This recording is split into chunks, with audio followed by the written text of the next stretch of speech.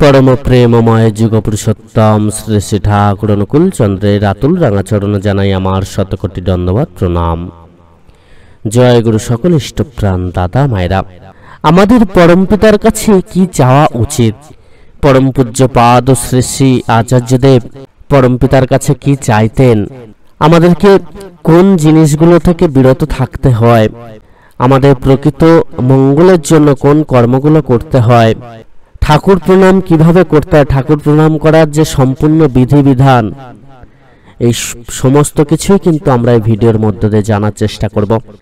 সকল ইষ্টপ্রাণ দাদা মায়েদের কাছে বিশেষ অনুরোধ, যারা এখনো পর্যন্ত আমাদের চ্যানেলটিকে সাবস্ক্রাইব করেননি দয়া করে চ্যানেলটিকে সাবস্ক্রাইব করে দেবেন এবং লাইক শেয়ার কমেন্টস করতে ভুলবেন না।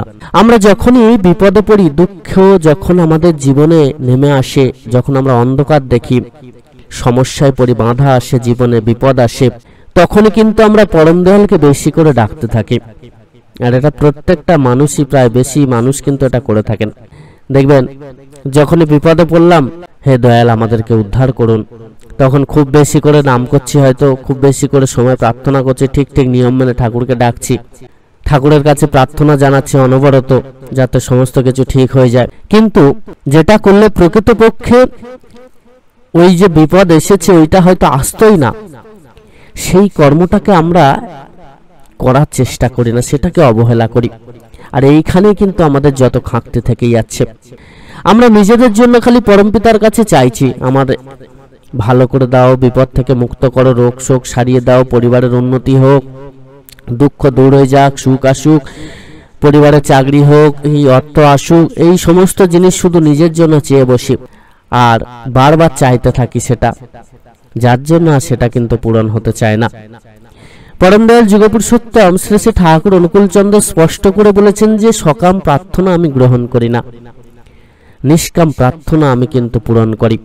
অর্থাৎ অন্যের জন্য যদি আমরা প্রার্থনা জানাই পরম দয়ালের শ্রীচরণে, তাহলে সেই প্রার্থনা তিনি পূরণ করেন।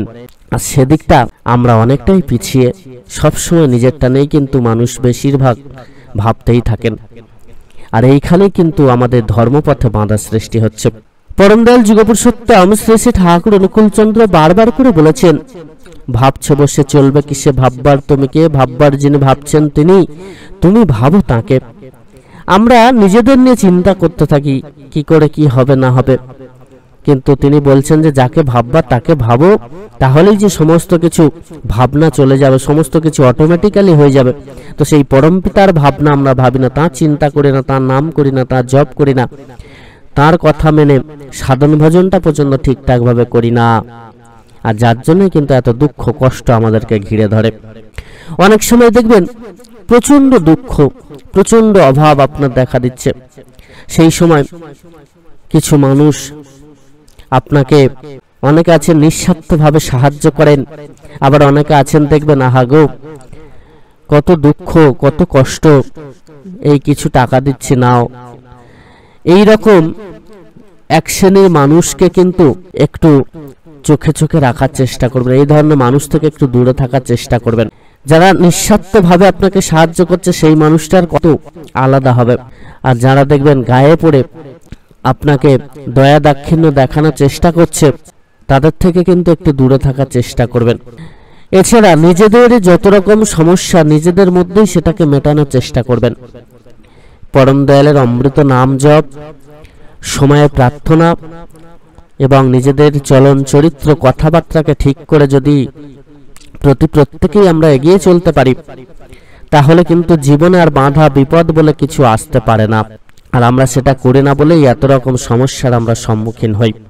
পরম পূজ্য পাদ আচার্যদেব শ্রী শ্রী দাদা ঠাকুরের কাছে একটি জিনিস চাইতেন, হে দয়াল এই দুনিয়ার যত জীব রয়েছে প্রত্যেকেই সুখে থাক, প্রত্যেকের দুঃখ যেন দূর হয়ে যায়, প্রত্যেকটা মানুষ যাতে, প্রত্যেকটা জীব যাতে ভালো থাকে, প্রত্যেককে আপনি মঙ্গল করুন, প্রত্যেককে আপনি ভালো রাখুন, সবাই যেন সৎ পথে চলে। কিন্তু সবাই কি আর সৎ পথে চলছে যে তাদের দুঃখটা দূর হবে? যে যার ইচ্ছা মতো সে তার চলছি, আমরা কাজকর্ম সেরকম করছি, কথাবার্তাও সেরকম বলছি, খাদ্যখানাও সেরকম খাচ্ছি, আচার ব্যবহার অভ্যাস চলন বলন সমস্ত কিছু যেমন খুশি তেমন হচ্ছে। যাতে করে আমরা কিন্তু আর দুঃখ কষ্ট জ্বালাকে দূর করতে পারছি না। আর এতে করে কিন্তু পরমপিতা অনেক দুঃখে থাকেন, কষ্টে থাকেন। ঠাকুরের সব থেকে বড় শিষ্য যদি বলা হয় সেটা হচ্ছেন পরম পূজ্য পাদ শ্রী শ্রী আচার্যদেব। তার মতো ভক্ত মানুষ কিন্তু সহজে কেউ আর হতে পারেনি। তিনি নিজেকে বলতেন আমি ঠাকুরের কুকুর। তিনি যখন যেটা আদেশ দেন প্রভুর আদেশ মেনে আমি সেটা পালন করি মাত্র। আমি তার কুকুর হয়েই থাকতে চাই। কুকুর যেমন তার প্রভুকে শত বিপদেও ছেড়ে যায় না, তার সমস্ত খেয়াল রাখে, তাকে রক্ষা করার চেষ্টা করে, তাকে ভালোবাসে, তার সাথে সাথে সবসময় থাকে, হাজার অপমানে হাজার কষ্টেও সে কিন্তু ছেড়ে যায় না। ঠিক তেমন ভাবে ভক্ত ভগবানের মধ্যে এইরকমটা হওয়া উচিত। একজন ভক্ত হতে হবে উদার মনোভাবাপন্ন এবং শত কষ্টেও শত বাধা বিপদ গ্রহদোষের কবলে পড়েও যেন তিনি ঠাকুরকে না ভোলেন। আমরা বর্তমানে এতটাই স্বার্থপর হয়ে গিয়েছি যে একটু যদি কোনো বিপদ আপদ আমাদের লেগে থাকে সঙ্গে সঙ্গে ঠাকুরকে আমরা দোষারোপ করছি। হে ঠাকুর, এই তো দীক্ষা নিয়েছি, ইষ্টবৃত্তি করি, নাম জপ করি, প্রার্থনা করি, এই তো ঠাকুরের কাজও করছি, অর্ঘ্য দিচ্ছি, মন্দিরে যাচ্ছি, তারপরেও যে বিপদ যেতে চায় না, কষ্ট পাচ্ছি, তাহলে কেন আমি ওই কাজটা করব? কেন আমি ঠাকুরকে ধরে চলবো? এই যে স্বার্থপরতা মানুষের মধ্যে রয়ে গেছে, এই স্বার্থপরতা যার যার মধ্যে রয়েছে তেনারা কোনোদিনই ঠাকুরের কৃপা লাভ করতে পারবেন না। ঠাকুরকে ভালোবাসতে গেলে নিঃস্বার্থভাবে ভালোবাসতে হয়, তার কাছ থেকে কোনো পাওয়ার আশা না করে তাকে ভালোবাসতে হয়। আমরা পিতামাতার কাছে যদি সবসময় পাওয়ার আশা নিয়ে তাদেরকে ভালোবাসি তাহলে সেটা কিন্তু আর ভালোবাসা বলে না। পিতামাতা যেমন তার সন্তানকে নিঃস্বার্থভাবে ভালোবাসেন, ঠিক তেমন ভাবে এই সন্তানকেও তার পিতামাতাকে নিঃস্বার্থভাবে ভালোবাসতে হয়। আর অনুরূপ ভক্তকেও ভগবানকে নিঃস্বার্থভাবে ভালোবাসতে হয়, যে আমার যাতে মঙ্গল হবে, আমার সুখ দুঃখ জ্বালা যন্ত্রণা যাই আসুক না কেন, আমার যাতে মঙ্গল হবে সেটাই যেন আমার সাথে ঘটে। আমরা সবসময় তো ঠাকুরের কাছে সুখ চেয়ে থাকি, ভালো জিনিসটা চাই, কিন্তু কখনো চেয়েছেন হে দয়াল দুঃখে যদি আমাদের মঙ্গল হয় তো দুঃখটাই দিন। হে দয়াল আমাদেরকে দুঃখই দান করুন, যাতে করে আপনার বেশি করে ভজনা করি, যাতে করে বেশি করে আপনার নাম জপ করতে পারি। কেননা মানুষ দেখবেন দুঃখে না থাকলে ঠাকুরকে কিন্তু ডাকতে চায় না, তো সেইটা আমরা কেউ চাই না। এত তো চেয়েছেন আপনারা ঠাকুরের কাছে, সুখ চেয়েছেন, অর্থ চেয়েছেন, প্রতিপত্তি চেয়েছেন, সম্পত্তি চেয়েছেন, ভালো থাকা, শান্তিতে থাকা, চাকরি বাকরি, অর্থ, কত কি না আমরা চেয়ে বসি, কিন্তু কখনো ঠাকুরকে চেয়েছেন ঠাকুর আপনি আমার গৃহে আসুন, ঠাকুর আপনি আমার মধ্যে জাগ্রত হন, ঠাকুর আপনার শক্তি আমাকে প্রদান করুন। ঠাকুর কিসে সন্তুষ্ট হন সেটা কখনো করার চেষ্টা করেছেন? ঠাকুর কোনটা ভালোবাসেন সেটা কখনো ভেবেছেন? আমরা কিন্তু সেটা ভাবি না বা সেই মতো করে কর্ম করার চেষ্টা করি না। শুধুমাত্র নিজের স্বার্থ সিদ্ধির জন্য যতটুকু করার দরকার সেইটুকুতেই আমরা নিজেদেরকে সন্তুষ্ট রাখতে চেষ্টা করি।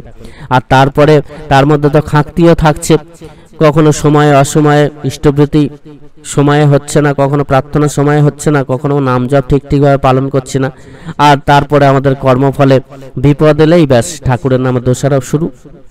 এটা ঠাকুরকে ভালোবাসা বলে না। ঠাকুরকে ভালোবাসাটা এতটাই নিঃস্বার্থ হবে যে শত বিপদেও শত সমস্যায় আপনি ঠাকুরকে ছাড়বো না, ঠাকুরকে আঁকড়ে ধরে থাকবো। একমাত্র ঠাকুরই পারেন সমস্ত কিছু থেকে মুক্ত করতে। আর এই যে আমাদের সাথে বিপদ ঘটে, দুর্ঘটনা ঘটে, পরিবারের কারোর না কারোর সাথে হয়তো কখনো কোনো খারাপ জিনিস ঘটে যাচ্ছে, তারপরে অনেকে ঠাকুরকে ছেড়ে দিচ্ছেন, এটা ঠাকুরকে ভালোবাসা বলে না। ঠাকুরকে ভালোবাসাটা নিঃস্বার্থ হওয়া যায়। আর যে যার কর্মফলে সে তার কিন্তু ফল ভোগ করেন। হঠাৎ যদি কোনো দুর্ঘটনা আমাদের কারোর সাথে ঘটে সেটা কিন্তু আমাদের কর্মফল গুণেই ঘটে। এতটাই তার পাওয়ারফুল, মানে এত কর্ম খারাপ ছিল যে এই এত পুণ্য কর্ম করার মধ্য দিয়েও সেই পাপটাকে খণ্ডন আমরা করতে পারছি না, তো তার ফল আমাদেরকে ভোগ করতে হচ্ছে। তো এটাকে ঠাকুরকে বললে কিন্তু নিজেদেরকে শুধরাতে হয়, নিজেদের চলন চরিত্র আচার ব্যবহার কাজকর্মকে শুধরাতে হয়, তবেই তো আমরা প্রকৃত রূপে সমস্ত বিপদ আপদ সমস্যা থেকে মুক্তি লাভ করতে পারবো। ঠাকুরের কৃপা আমরা সবসময় লাভ করতে পারবো। ঠাকুর সবসময় চান আমরা ভালো থাকি, সুখে থাকি, শান্তিতে থাকি। তিনি আমাদেরকে কাঁদতে দেখলে তিনিও কিন্তু কান্না করেন, তিনি দুঃখ পান, কষ্ট পান। তাই তিনি সবসময় চাইতেন আমরা যাতে ভালো থাকি। তাই তো তিনি সৎ নাম প্রদান করেছেন, সেটাকে মনন করার কথা বলেছেন, যাতে আমরা ভালো থাকি, বিপদ আপদ থেকে মুক্ত থাকি। তিনি ইষ্টবৃত্তি প্রদান করেছেন, তিনি নাম জপ দিয়েছেন, প্রার্থনা দিয়েছেন। সেগুলোকে মেনে চললেই সমস্ত কিছু থেকে আমরা কিন্তু উদ্ধার পাই। এছাড়া পরম দয়াল যুগপুরুষোত্তম শ্রী শ্রী ঠাকুর অনুকূল চন্দ্র আমাদেরকে বাঁচার পথ দেখিয়ে দিয়েছেন। সেই বাঁচার পথটাকে অবলম্বন করতে হয়। পরম পূজ্য পাদ শ্রী শ্রী আচার্যদেব বারবার করে সেই বিধানগুলো দিয়েছেন, যেগুলো মেনে চললে সহজে আমরা বাঁচতে পারি। তিনি করে করিয়ে কিন্তু শিক্ষা দিয়েছেন কেমন করে ঠাকুরকে ভালোবাসতে হয়, কেমন করে ঠাকুরের সেবা যত্ন করতে হয়, কেমন করে নিঃস্বার্থভাবে ঠাকুরের চরণে নিজেদেরকে উৎসর্গ করতে হয়। সেটা একমাত্র তাকে অনুসরণ করলেই কিন্তু দেখতে পাই। তো চলুন আমরা প্রত্যেকে নিঃস্বার্থভাবে ঠাকুরকে ভালোবাসি। আর ঠাকুরের কাছে এই প্রার্থনা কিন্তু আমরা অতি অবশ্যই করব যে দয়াল, যাতে আমাদের মঙ্গল হয় সেটা যেন আমাদের সাথে ঘটে, এবং সুখ দুঃখ জ্বালা যন্ত্রণা যাই থাকুক না কেন যেন তোমাকেই লাভ করতে পারি। জীবনে যত দুঃখ কষ্ট আসুক না কেন যেন তোমাকে না ছাড়ি, সেই শক্তি আমাকে দাও প্রভু। এইটা চেয়ে দেখুন, আর অপরের মঙ্গল কামনা করে দেখুন যে সারা পৃথিবী যেন ভালো থাকে, প্রত্যেকটা জীব যেন ভালো থাকে। দয়াল প্রত্যেকের মঙ্গল করুন, এটা সব সময় চান। দেখবেন আপনার সাথে কি ঘটে, আপনি রাতারাতি ফল পাবেন এবং আশ্চর্যজনকভাবে আপনি উপলব্ধি করতে পারবেন কতটা ফল পেয়েছেন। এবার আরো একটা বিষয়ের উপর আমাদের কিন্তু জোর দিতে হবে, সেটা হচ্ছে ঠাকুরের প্রণাম কিভাবে করবেন। এই ঠাকুর প্রণামী করার সময় আমরা অনেক সময় একটা ভুল করি, সেটা হচ্ছে তাড়াহুড়ো করে হাত দুটো জোড়ো করে দাঁড়িয়ে ঠাকুরের প্রণাম করছি। এটা থেকে বিরত থাকতে হবে। শ্রী শ্রী আচার্যদেব বলছেন এটা ঠাকুরকে অপমান করা হয়। ঠাকুরকে প্রণাম করতে হলে মেঝেতে মাথা ঠেকিয়ে হাত দুটো সামনে জোর করে প্রণাম করতে হবে। ঠাকুর বলছেন ওই যে আমরা প্রণাম করি দাঁড়িয়ে, ওই যতটা গ্যাপ থেকে যাচ্ছে মেঝে থেকে ততটাই কিন্তু খাঁকতে থেকে যাচ্ছে, ততটা ফল আমরা লাভ করতে পারছি না। ঠাকুর প্রণামীতে খামতি মানে আমাদের জীবনের সাথে আমরা একটা গ্যাপ সৃষ্টি করছি। তাই সব সময় মেঝেতে মাথা ঠেকিয়ে ঠাকুর প্রণামী করতে হয়। যতটা গ্যাপ কম করতে পারবেন ততই কিন্তু আপনার বেশি করে ঠাকুরের আশীর্বাদ লাভ করা সম্ভব হবে। কোনো জিনিসে খাঁকতি বা কোনো জিনিসে অবহেলা কিন্তু তিনি সহ্য করতে পারতেন না, তিনি পছন্দ করতেন না। তাই দাঁড়িয়ে দাঁড়িয়ে প্রণাম না করে সবসময় চেষ্টা করবেন ঠাকুরের শ্রীচরণে সাষ্টাঙ্গে বা মাথা ঠেকিয়ে মেঝেতে প্রণাম করার। এতে করে অনেক বেশি কিন্তু পরমপিতার আশীর্বাদ আপনি লাভ করতে পারবেন। পরমপিতাকে ভালোবাসুন, পরমপিতার বলা কর্মগুলোকে মেনে চলুন, দেখবেন জীবনটা আরো সুন্দর হবে, সুমধুর হবে। পরম দয়ালের আশীর্বাদে আপনার সকল বিপদ কিন্তু কেটে যাবে। বিপদ আপদ গ্রহদোষ কখনকার জীবনে আসে আমরা কেউই জানি না। তাই আমাদেরকে অতি অবশ্যই সকাল সন্ধ্যা নাম জপ প্রার্থনা করতে হয়। সকালবেলা ইষ্টবৃত্তি কিন্তু পালন করতে হয় এবং নিয়মিত নাম জপ করতে হয়। আর ঠাকুরকে নিয়ে চলতে হয়, ঠাকুরের কাছে সবসময় নিজেদেরকে উৎসর্গ করতে হয়। তবেই কিন্তু ঠাকুর আপনাকে পুরোপুরিভাবে রক্ষা করতে পারেন। তিনি সবসময় চেষ্টা করেন যাতে আমরা ভালো থাকি। সে ভালো থাকার পথ তিনি দিয়েছেন, সেই পথটাকে শুধুমাত্র অনুসরণ করলেই হয়। তাহলে কিন্তু তিনিও ভালো থাকবেন, মানে তিনিও তখন কিন্তু কষ্টমুক্ত থাকতে পারবেন। সকল ইষ্টপ্রাণ দাদা মায়েরা সকলে খুব ভালো থাকবেন। পরম দয়াল আপনাদের প্রতি প্রত্যেকের মঙ্গল করুন। জয় গুরু বন্দে পুরুষোত্তমম। সকল ইষ্টপ্রাণ দাদা মায়েদের কাছে বিশেষ অনুরোধ, যারা এখনো পর্যন্ত আমাদের চ্যানেলটিকে সাবস্ক্রাইব করেননি দয়া করে চ্যানেলটিকে সাবস্ক্রাইব করে দেবেন এবং লাইক শেয়ার কমেন্টস করতে ভুলবেন না।